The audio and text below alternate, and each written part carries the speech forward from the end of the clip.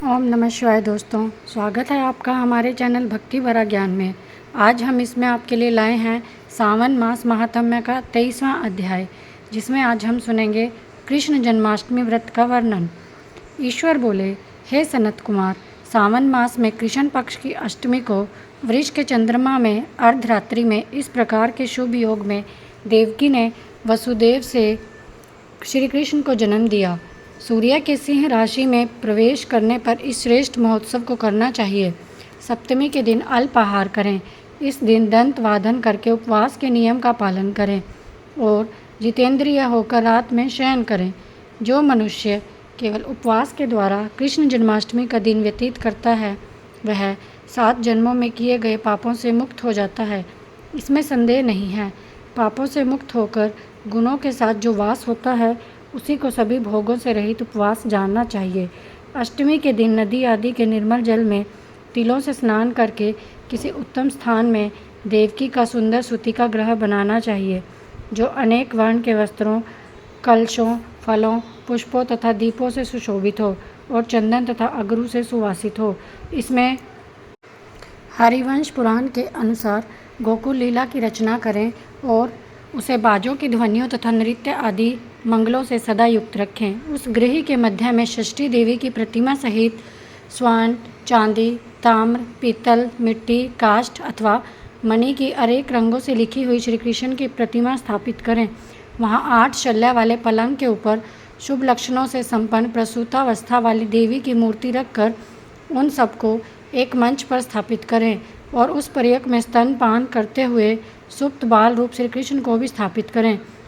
उस सूतिका ग्रह में एक स्थान पर कन्या को जन्म दी हुई यशोदा को भी कृष्ण के समीप लिखें।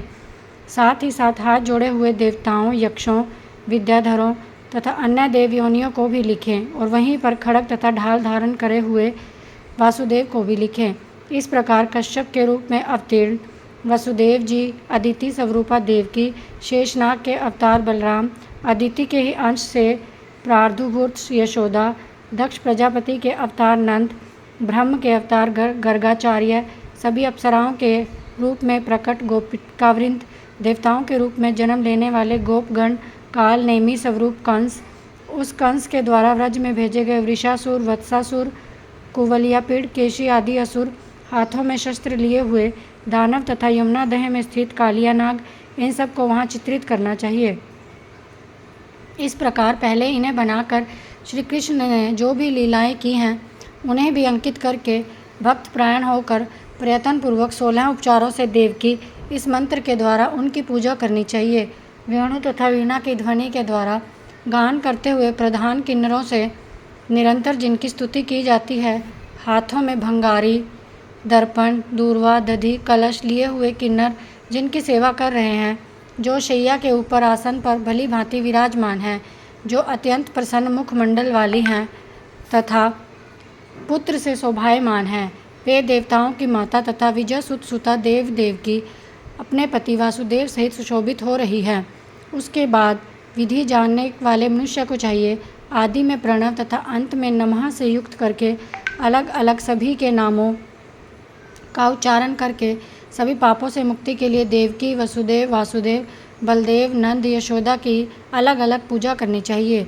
उसके बाद चंद्रमा के उदय होने पर श्री हरि का स्मरण करते हुए चंद्रमा को अर्घ्य प्रदान करें।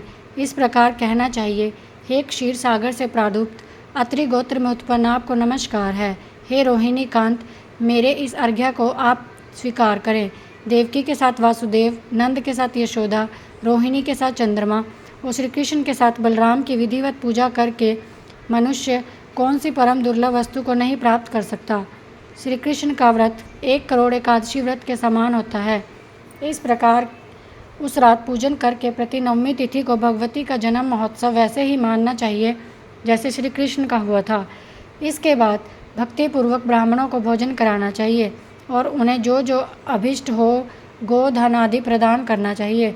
उस समय यह कहना चाहिए, श्री कृष्ण मेरे ऊपर प्रसन्न हो, गो तथा ब्राह्मण का हित करने वाले आप वासुदेव को नमस्कार है, शांति हो, कल्याण हो, ऐसा कहकर उनका विसर्जन करना चाहिए।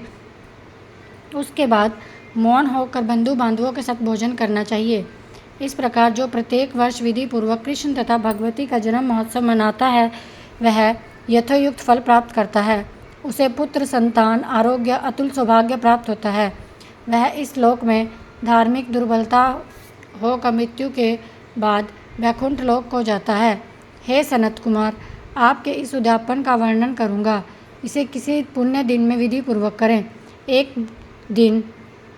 एक बार भोजन करें। रात में हृदय में विष्णु का स्मरण करते हुए शयन करें।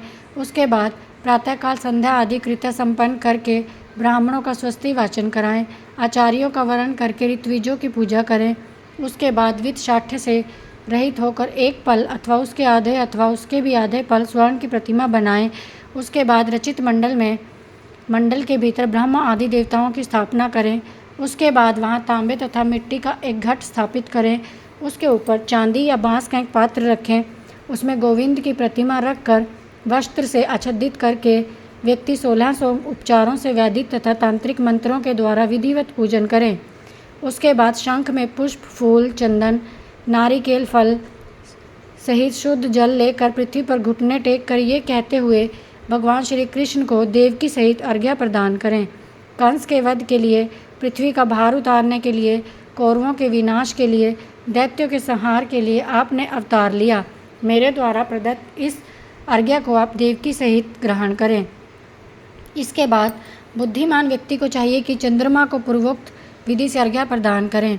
पुनः भगवान से प्रार्थना करें, हे जगन्नाथ, हे देवकी पुत्र, हे प्रभु, हे वासुदेव पुत्र, हे अनंत, आपको मेरा कोटि कोटि नमस्कार है। भगवान भवसागर से मेरी रक्षा करें। इस प्रकार देवेश्वर से प्रार्थना करके रात्रि में जागरण करें। पुनः प्रातःकाल शुद्ध जल में स्नान करके जनार्दन का पूजन खीर, तिल और घृत से मूल मंत्र के द्वारा भक्तिपूर्वक 108 आहुति देकर पुरुष युक्त से हवन करें और पुनः इंद्र, विष्णु, उर्वी चक्र में इस मंत्र से केवल घृत की आहुतियाँ देनी चाहिए। पुनः पूर्ण आहुति देकर तथा होम शेष संपन्न करने के अनंतर आभूषण तथा वस्त्र से आचार्य की पूजा करनी चाहिए।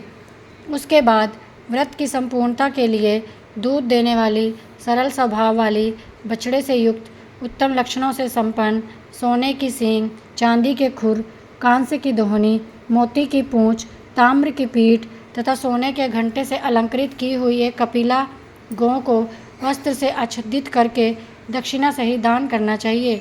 इस प्रकार दान करने से व्रत संपूर्णता को प्राप्त होता है। कपिला गौ के अभाव में अन्य गौएं भी दी जा सकती हैं। इसके बाद ऋत्विजों को दक्षिणा प्रदान करें। उसके बाद 8 ब्राह्मणों को भोजन कराएं, उन्हें भी दक्षिणा दें। पुनः सावधान होकर जल से परिपूर्ण कलश को ब्राह्मणों को प्रदान करें और उनसे आज्ञा लेकर अपने बंधुओं के साथ भोजन करें। यह कृत्य करने पर बुद्धिमान मनुष्य पाप रहित हो जाता है।